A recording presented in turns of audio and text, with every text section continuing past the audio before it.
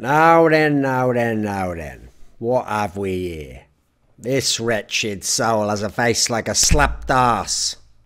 Tell you what. You know what would perk you right up, sunshine?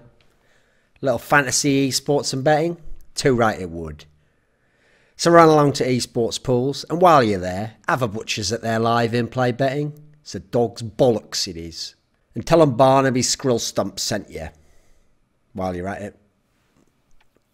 So Ninjas in Pyjamas won IEM Oakland, by the way, Movember. Just in case you wonder if this is actually, I've gone fully Daniel Day-Lewis method with my acting. I haven't, just trying to raise awareness for men's health issues, Anna. So NiP repeated as the champions of IEM Oakland, obviously defending their title from 2016, but not quite, because that obviously was the lineup that still had both Freiburg and Pitt in the team. And now, obviously, they have Rez and Draken, the ex-Epsilon players. Bit of a tongue twister there. But this was an epic run all the same, because in both tournaments, they were not favoured to win. I would say in this one, even less favoured. But the last one was something of a classic NiP magic run. They narrowly beat FaZe. It was actually one of the first tournaments where Carrigan had taken over, but this was obviously before they had Nico. But it was a very close semi-final they played. Then they got to the final. They were facing SK Gaming when they still had FNX. And that was the lineup that just always made top fours and won both majors that year and was a very, very good team. And was very much favoured to win that series, especially because the third match was Cobblestone, which SK were very strong on still. And it was an epic third match. It really was NiP Magic. You even had Freiburg coming up with huge plays down the stretch, which is classic NiP Magic. Recalling plays from ESL 1 Cologne 2014, where they were able to win on the old version, the pre-rework of Cobblestone. This win was quite different, because a lot more consistent. You can really define the factors, and it came together over the course of the entire tournament, not just in the final. This was a team that comes in very different shape also than the previous team. Because yes, the NiP of 2016 certainly wasn't favoured to win IEM Oakland. They hadn't had any amazing results. They'd had the good Star Series win, but that was with Makalele. Then they'd kind of petered off a little bit and been good, but not quite elite level. Then they'd gotten Pitt back, and you're thinking, right, what are they going to do here? Because in the summer, obviously, it hadn't been as good as when they'd had him at Malmo. We're talking like 6-7 months before at that point in time. This year, they came in with good land form. They'd obviously been to ESL 1 Cologne, where everyone remembers they placed top 8, but a little underwhelming there because they did go out to Cloud9. Not considered, you know, a top 4 team in the world at the time. Certainly not a team that was going to win that event, as they showed in the final. Also, unfortunately, that tournament was a little bit underwhelming when you looked and saw that NiP only won on cash. And they really specialised on it. That was what they got all their wins on. And actually, that didn't even carry into this tournament as their best map. They'd already had the losses on it. They went to DreamHack Valencia, won that tournament. Problem is, who did they play in the semi-finals? Envious. Envious hasn't been a top LAN team for a long time. Who did they play in the final? Red Reserve. This was a tier 2 or tier 3 LAN. The other top teams there were like Hellraisers, I think, were there. Heroic. These weren't elite level teams. So winning that LAN, okay, that's good. But that doesn't really make you anything more than potentially a top 10 team. And actually the top 10 at this point in time is very stacked because you had the Team Liquids of the world, etc. even further down. So then they went to Dream Masters Malmo, first tournament after the player break, and had a pretty good result, actually. They managed to finish top 4. They beat out Na'Vi in the round of 8, and that was a tournament where it was a very close series for the first 2 maps, but then they managed to pick up the third win, which itself was amazing, because I think they won on Mirage, right? I believe that was Mirage. They won the third map, and that was obviously a map that traditionally NiP used to actually ban. They went to E-League Premier, where they had a very winnable group. They had a group that had Cloud9 in it. We're talking about the new Cloud9. They had Envious in it, not a good LAN team, finished last place in many LAN tournaments. And they had Virtus Pro in the worst slump of their entire careers. NiP did not get out of that group. It was actually Cloud9 and Envious who made it out of the group. So you add all this together, LAN form's good, but then they have the odd misstep, like the E-League Premier one, and not having a good map pool early on, but they started to correct that. Online, it was pretty ropey, actually, because first of all, they failed to qualify for a bunch of the LANs they tried to, like ESL New York, like Epicenter, so we didn't see them there. They didn't even make it to the EU Minor, and they lost to some teams that aren't even, I'm talking, they're not even like top 30. There's some really bad teams that they lost to and played close games with. And then they did, though, most recently qualify for ESL Pro League. Actually, NiP, most versions, have always been pretty decent online teams, generally, it says. So actually, the fact that they were having more problems before that was something else that was a bit worrying, I have to say, coupled with the landform looking like good, but where are they going from there? Now, admittedly, they did have 2 new players. Rez started out really badly in the team. Draken started out really well, but obviously he was there before Rez.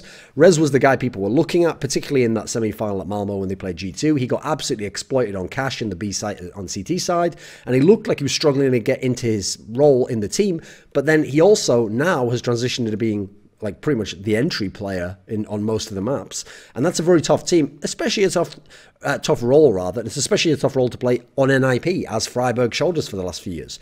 So coming into this tournament, I don't think actually this team was even favoured to make the playoffs, never mind have a deep run, and definitely not to win it. I mean, in fact, I believe Ben Woodward said, who by the way is a long-time esports guy from the UK, formerly of 4Kings, actually said that NiP was 20-1 odds to win this tournament before it began with some of the bookkeepers.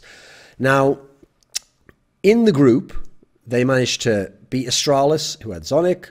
They only lost to SK in a close game at Cobble. They beat Cloud9 heavily on Overpass. Overpass is a pretty ropey map for Cloud9. All the same, though, establishes Overpass for NiP. They thrashed Mongols, who were terrible, on Train, and they beat Envious in a close game on Nuke, which is like pretty good, but at the same time, Envious is only good at Nuke online. They haven't really done a whole lot offline on it.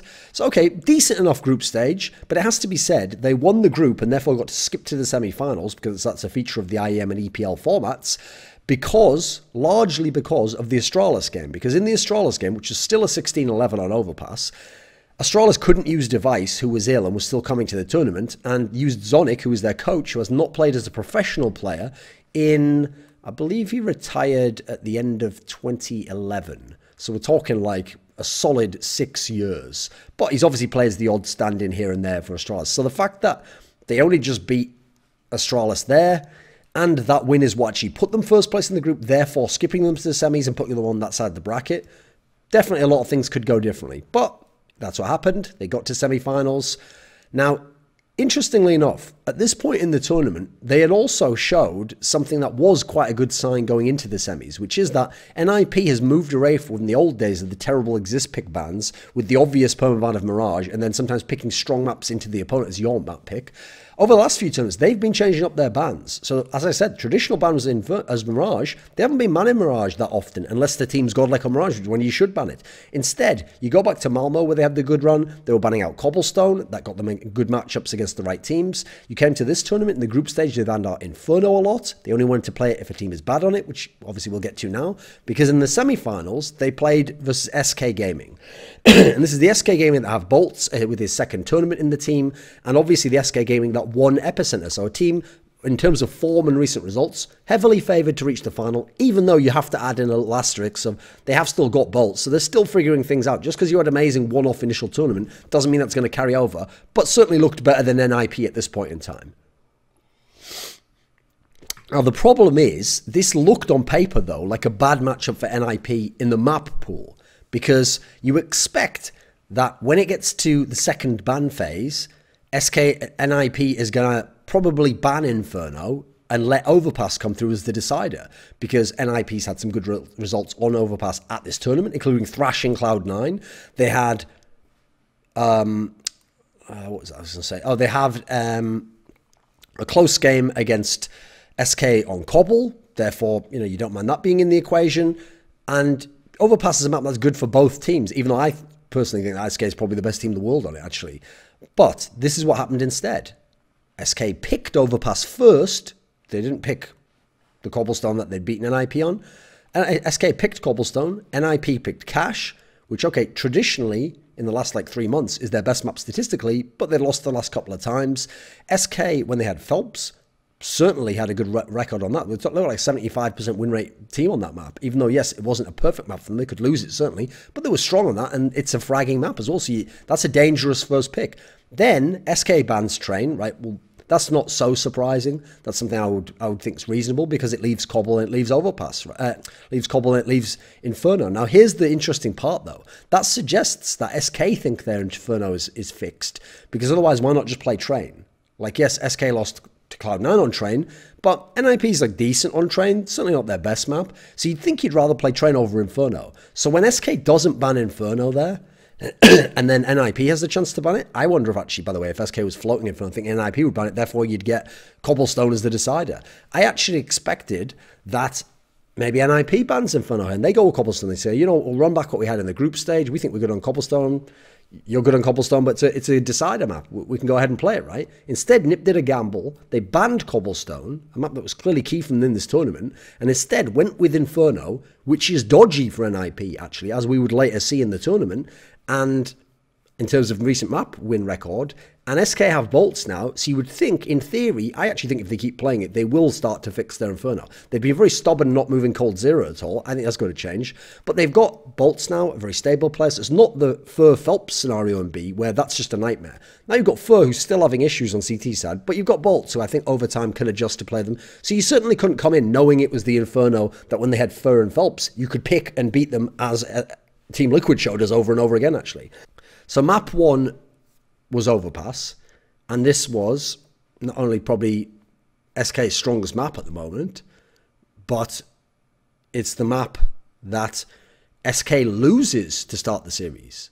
So getting in an Overpass win over SK, it's not only, like, yes, it's one of the better NiP maps, but it's certainly not one you'd expect to win against SK. Remember, SK 16-2 with the bolts lineup, FaZe, when they were at Epicenter, and FaZe is, if not the second best team, then the best team in the world on Overpass. It's between SK and FaZe right now, and Astralis is a third because Astralis has lost a couple and somehow refuses to go into Overpass at the moment. After that win, which was obviously big time, you come into the second map, and in fact, Exist played a key role in that. It was one of his best maps of the tournament. Map 2 was Cash, which obviously is NiP's pick, and this is one they've been a bit ropey on recently, but they're hoping it's a weaker map for SK. Cold Zero goes ham. He has 32-9 in frags and deaths. Rez has some really big plays, some really big moments. He's going big at the door as an entry guy on A. The old Get Right spot, by the way, when they rose up in 2016 at the Malmo, around that period when they were amazing on it. Always used to be the guy behind the door. They had all these good A attacks. Didn't matter ultimately. SK won the map. They go into the decider. The decider is Inferno. Now, I'd say this is a ropey map for both teams, quite frankly. I think neither liked it. And actually, I noticed throughout this tournament, that was a factor that helped NiP. When you got onto a map where both teams were a little bit ropey, that's where the timeouts and threats adjustments and then some hero plays got NiP over the hump against better teams. That's why underdog teams shouldn't actually pick or let maps through that you're very strong on, but the opponent who's better than you is also very strong on, because then play out by the numbers, they're probably going to win. You want to actually increase the variance, as NiP did quite intelligently, and go to maps that maybe aren't the best for you, but aren't good for the opponent, and then say, hey, let's make them uncomfortable, and let's see what we can do here. Let's make this chaotic, actually. And that's what NiP did. And on this map especially, it's clear to me they aren't a good Inferno team, actually. What happens is, they came in with a very good strategy. They studied the SK games, and they said, you know what? B is still exploitable. And so they exploited at B over and over and over and over again on their T side with slow attacks. Use your utility, draw everything out of the SK guys, wait as long as you can, have someone showing a little bit of presence occasionally at A so that you don't allow the rotation. Interestingly, SK very, very poor at rotating now. It's almost like they didn't want to bite on rotations, thinking they were going to get faked out because NiP had been B so many times. So they kept holding the 3A, and therefore, they were always in bad retake scenarios. And Cold Zero was going off, but Cold Zero's over at A, so it's no use, right? You want him winning the rounds in A. So this was a really impressive win for them. I thought the way they used utility was great. This started the whole timeout trend, where you saw in this tournament, anytime they were on T side, especially T side, and the first 4 to 5 rounds in, they lost a key round, a gun round, whatever it might be, against a force buy, Threat would call a timeout, and whatever he was telling them, or whatever adjustment he was making, whatever little tweak he was applying, consistently worked. They would always then start to trade rounds or start to build up rounds and start to end the half strong. It was really, really working well. And I hope other teams take note of how they were doing this, because teams, I mean, obvious teams would be like G2, FaZe. Some of these teams aren't that good, actually, at taking the right timeout and then making the right call and then improving from the timeout. Sometimes you don't see any impact from them when they have a timeout, and sometimes they do not do timeouts. So I actually feel like Threat's impact in the timeouts sparked a lot of NiP comebacks early in games that otherwise would have seen them losing halves on their T side, and therefore being up in like an uphill struggle and probably losing this series and almost certainly losing the final. But we'll get to the final in a minute. It was also key because winning solid first halves, and especially T-halves, was a massive factor for NiP winning against SK and FaZe and therefore winning the tournament. This map also, by the way, had a classic throwback get-right flank where he did an almost perfectly timed flank onto the B site but through the CT spawn, picked off a guy, and that was essentially just killed the round and the game dead, where actually SK looked in position to potentially get back in the round. They had a chance at it at least. Now, going into the final, they were facing FaZe. And FaZe is a team where, yes, they got beaten at Epicenter, but they got beaten by the two finalists who were in very hot form. Other than that, beforehand, they won 2 massive tournaments undefeated and were on something like a 17-game winning streak on LAN prior to Epicenter.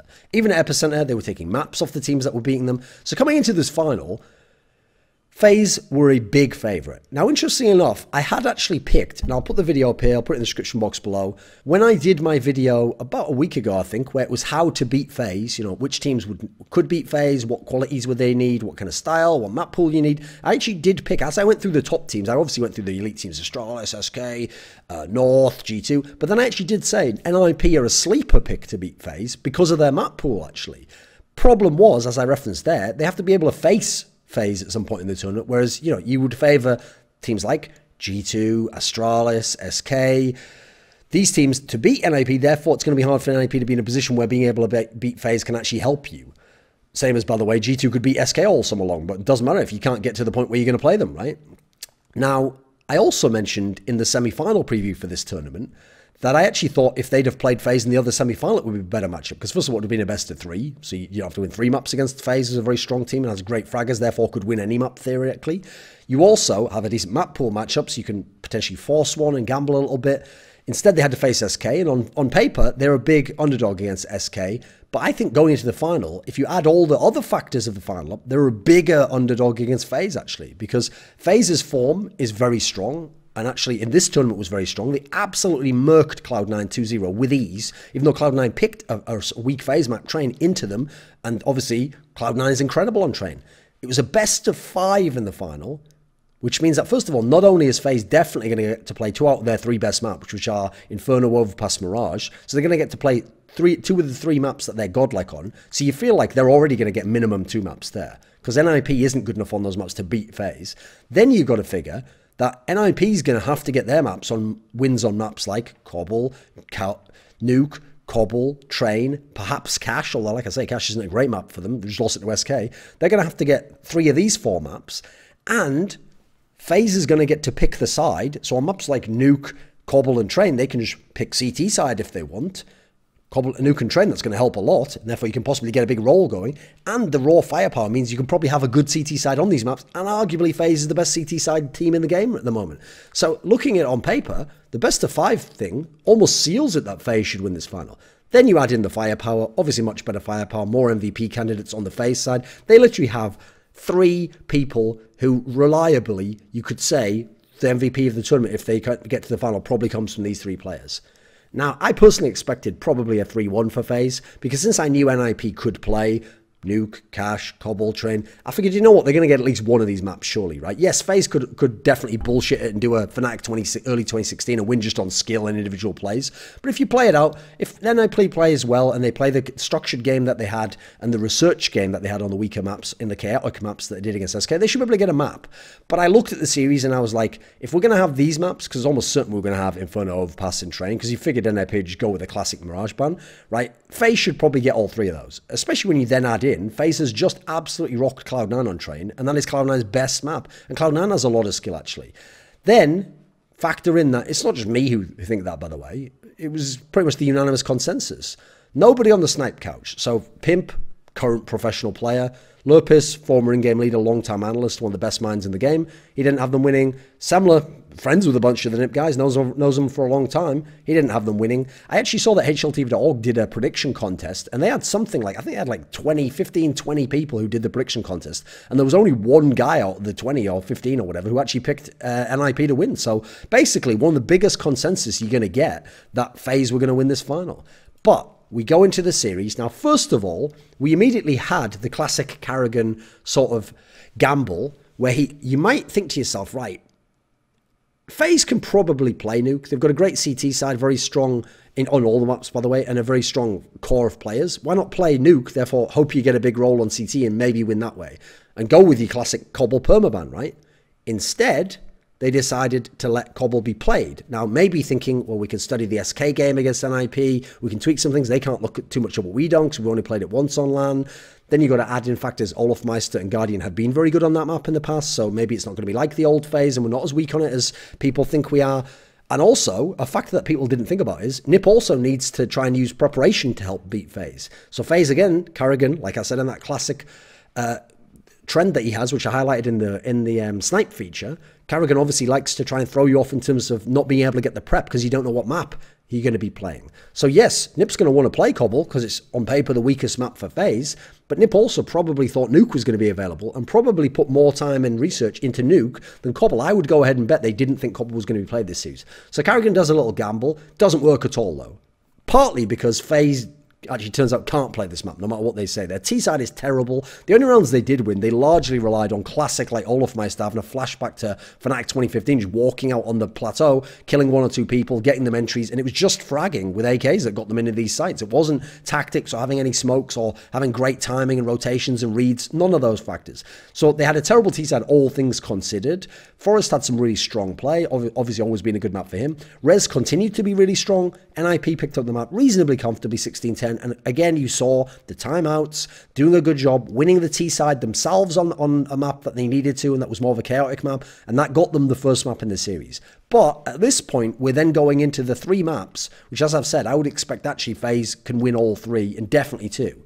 So next up is going to be Inferno, Train, and then Overpass. So Inferno, right, you've just seen them beat SK on it, but largely because of SK and because of the setup that they have at B. Not because NiP's some great Inferno team. As I said, NiP at this tournament in the group stage was banning Inferno. So this one, you heavily favoured a FaZe, and FaZe manhandled NiP this time. Like, NiP started T side, no, wait, it was the other way around. NiP started CT side and only got 4 rounds. And it's not like FaZe had amazing utilities and were like all over the place with like super sick coordination. FaZe actually played almost like it was a high-level POG. They threw all their utility, waited, tried to draw all the utility out of NiP, and then with the last 30, 40 seconds, just walked in with their ridiculous firepower and just shot people and won 11 first half T rounds.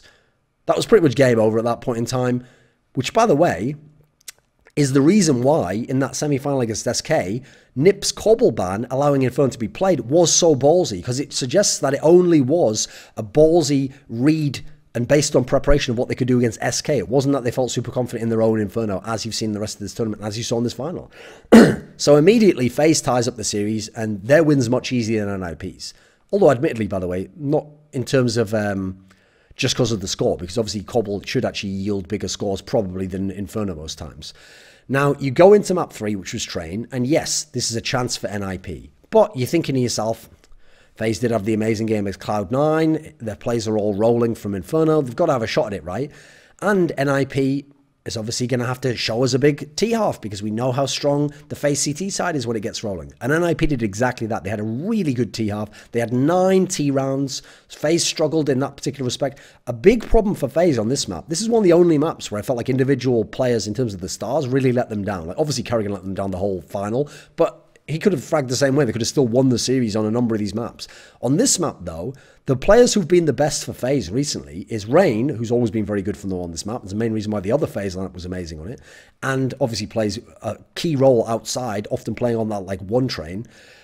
Actually, is that how it's done? Surely it's the 6 train, actually. Yes, it must be the 6 train. And also Nico has been very strong on this map for them. Another guy carrying them on one of the weaker maps. And he was very average here, and Rain was underwhelming, quite frankly. So the firepower wasn't there, amazingly, for FaZe on this map. NiP win another 16-10 game, and another game that comes from having a strong T-half, and another game that comes from the right timeout early in the T-half to make sure that it keeps rolling and you get that T-half win. NiP goes up 2-1. The remaining maps, though, are Overpass and then Cash, right? Overpass, despite having just won against SK, which, yeah, right now you're thinking NiP clearly likes to play this map. It's one of their better maps. In fact, arguably their best map at the point. They've just beaten SK. That's really good, but it is still FaZe, right? FaZe is unbelievably good on that map. FaZe obviously is a very different team to SK in their makeup. FaZe has a very strong CT side. So you figure FaZe can win that, not to pick me up and then go into the 5th map. And that indeed is what happened, because this time around, NiP gets 2 rounds as T.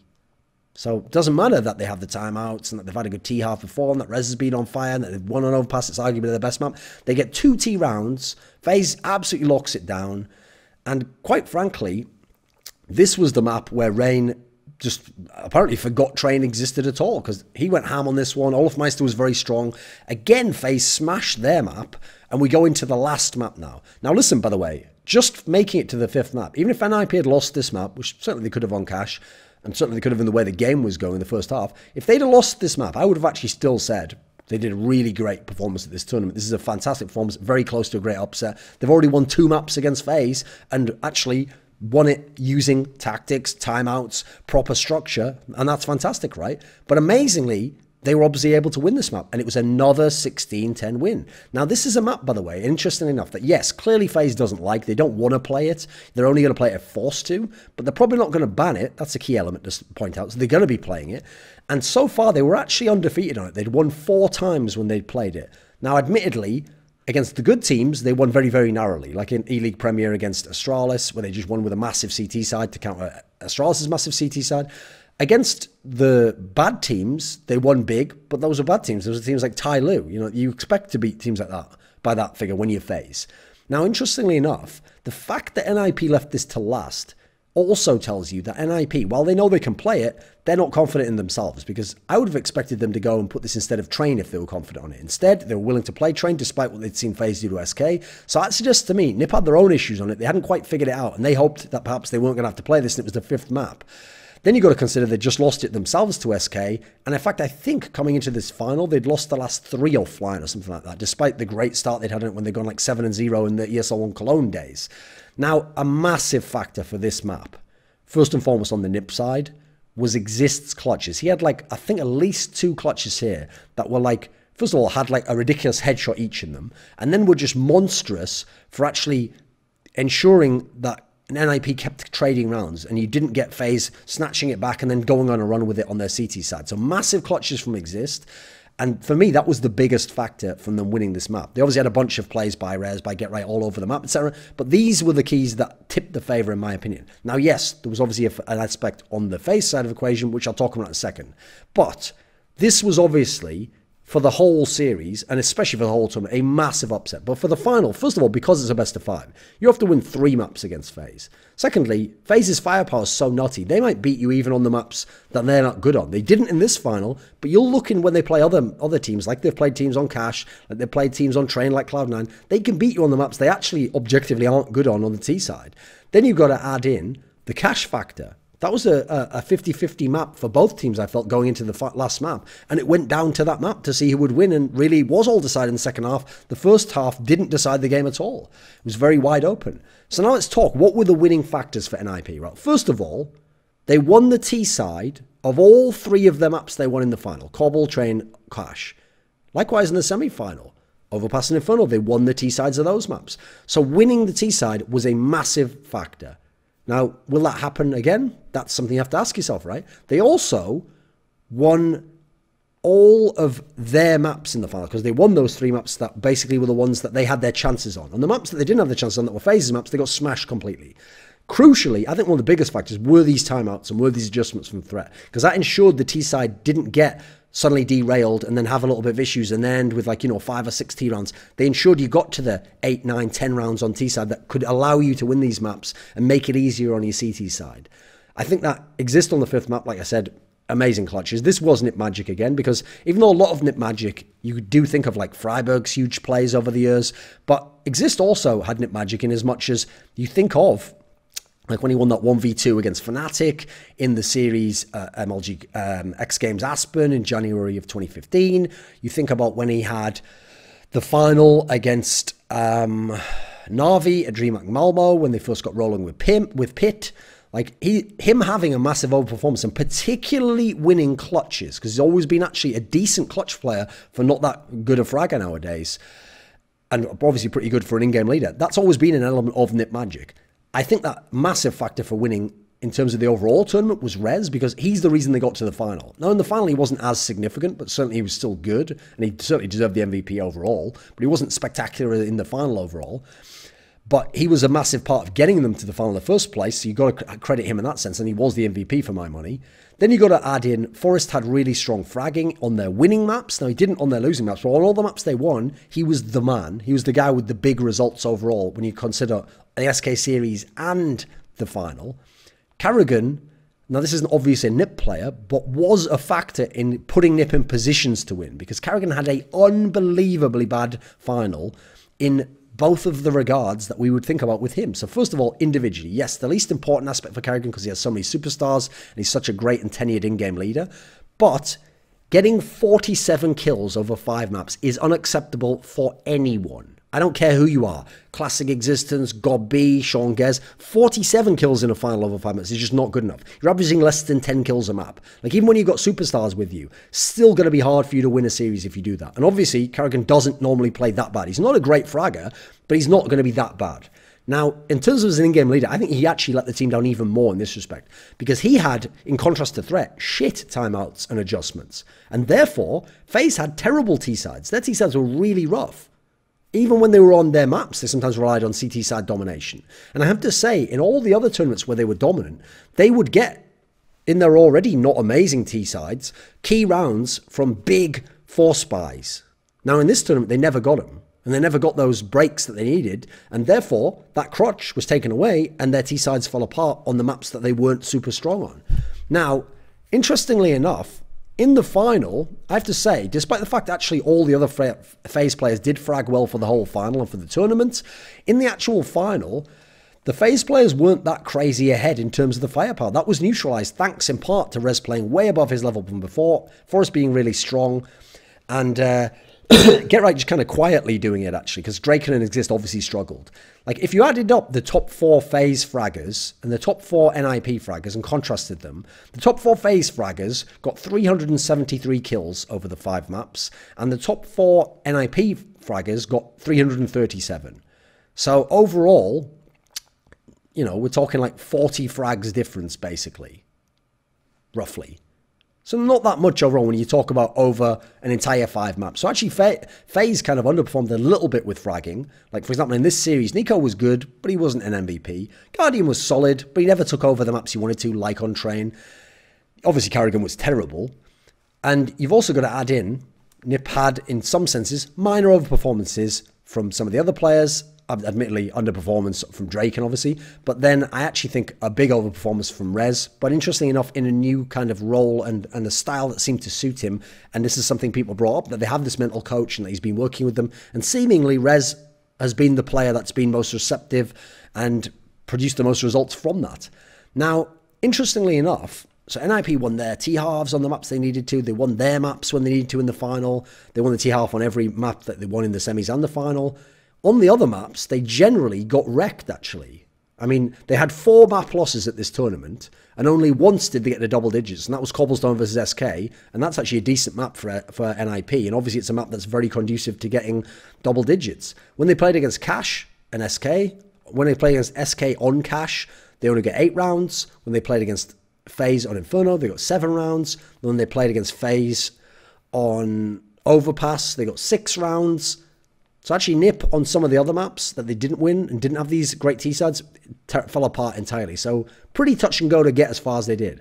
Now, when they did win, even their wins were fairly close because they won 9 maps at the tournament and 6 of them saw the enemy get double digits. And that's with Rez's overperformance, all these other factors, the great timeouts, the great work by the coach, the mental coach, all of these factors, and they still weren't blowing people out the water generally, except for the Cloud9 win on Overpass, basically. And obviously, I'm ignoring the Mongols win because Mongols is terrible. Even the game against Envious on Nuke, bit of an iffy map for Envious, 16-11. Admittedly, that's a map you can get double digits on quite easily. The Astralis game, obviously there was a coach in the game, still a 16-11 on an Overpass, arguably NiP's best map at this tournament.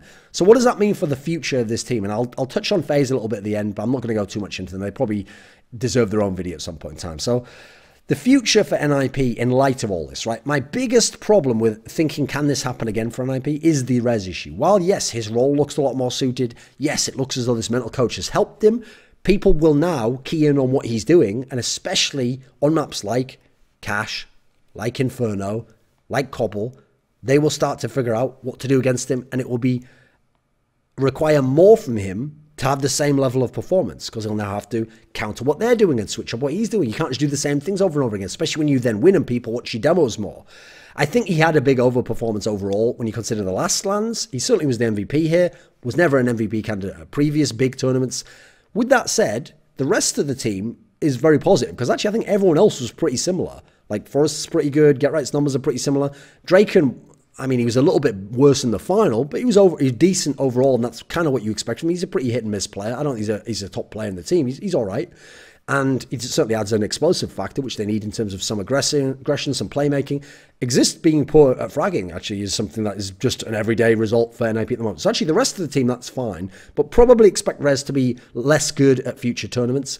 Draken being bad, yeah, it definitely could have cost them the win here in both the semi and the final. But, first of all, I don't think he'll be as bad at future tournaments. Like, it won't be as obvious misplays. He might not get as many frags. He might not get many frags more, rather, but it won't be massive misplays like this. I do think he has issues as an AWPer. Like, he can't just be stationary and hold angles, which is what you normally want from AWPer. But since they have been so good in the past with Makaleli and won tournaments and been deep, I feel as though if they can use him Makaleli style and have him be that aggressive playmaker and the rest of them play a stable style, I think he actually does add a dimension to the team that helps, at least for now. The timeouts aspect is very positive. If they can keep that going forwards, I could see that helping them a lot, especially in terms of being a grind-out team. Winning T-sides is obviously really good. I just don't think it can be as reliable as this. It still should be good. They look like one of the better T-side teams at this tournament, but can they take it to future tournaments? I don't know, and especially not over as many maps. They had so many maps that they won over. Now, the map pool for this tournament looked good, but generally, you look at NiP and they have a decent map pool in that they can play the maps. They can play nearly all the maps. But do they have a good map pool? Do they have a spectacular map pool? No. I would say that in terms of very strong maps, that's a problem for them, actually. They benefited from being able to go into weaknesses of FaZe. Against other teams, that's going to be harder. I certainly don't think that they have a strong enough map pool to be a team that's in any sense reliably a top 4 team. Like, I think they might be ranked highly after this one result, but I don't think they're going to be entering the top 5 for more than just one tournament or with any consistency, because the problem is, I actually do think, again, if they play FaZe, they have a good matchup, they still have a great matchup in terms of map pool. Problem is, when you put them against Astralis, G2, North, these teams have great map pools to go against NiP and beat them and exploit them. I'd like to see them play against Cloud9, Gambit, Team Liquid. Admittedly, Team Liquid is a bit fresh. Even Virtus Pro, I think the map pools of these teams match up pretty decently to make. Suddenly, you've got like most of the top 10 actually will be a tough test for NiP in a best of 3. They do match up well with FaZe, but as again, you have to be able to play FaZe to be able to do so, and absolutely FaZe could have beaten you even now. So going into the Blast Pro Series, I'll go ahead and be bold. I'll say, actually, despite NiP just winning this tournament, I think you look at the Blast Pro Series where they have basically extremely good teams, and now NiP has shown themselves to be good at this tournament. I think actually NiP will not be making it deep in that tournament. I think is there 6 teams at that tournament? There's either 6 or 7, and I would go ahead and say NiP will place 5th, 6th, or 7th. I think probably 6th or 7th, quite frankly. Like, they actually, it turns out, have gotten some good maps because some of them have been drawn already. They've got a couple of overpasses. They've gotten, like, Train. I think they've got, in fact, got Train against FaZe, even. But I actually think, overall, they won't carry this form over, and they won't be making it deep in that tournament where we have all the elite teams, basically. Now, I want to say one thing about FaZe here, even though, in theory, this is kind of a NiP video. FaZe, obviously, have Kerrigan, who's a very strong in-game leader. But he has to start working more on the map pool. Because while I think they absolutely will win more tournaments, I actually think if I had to bet right now, they probably should be the dominant team of this era. They're already on their way, obviously.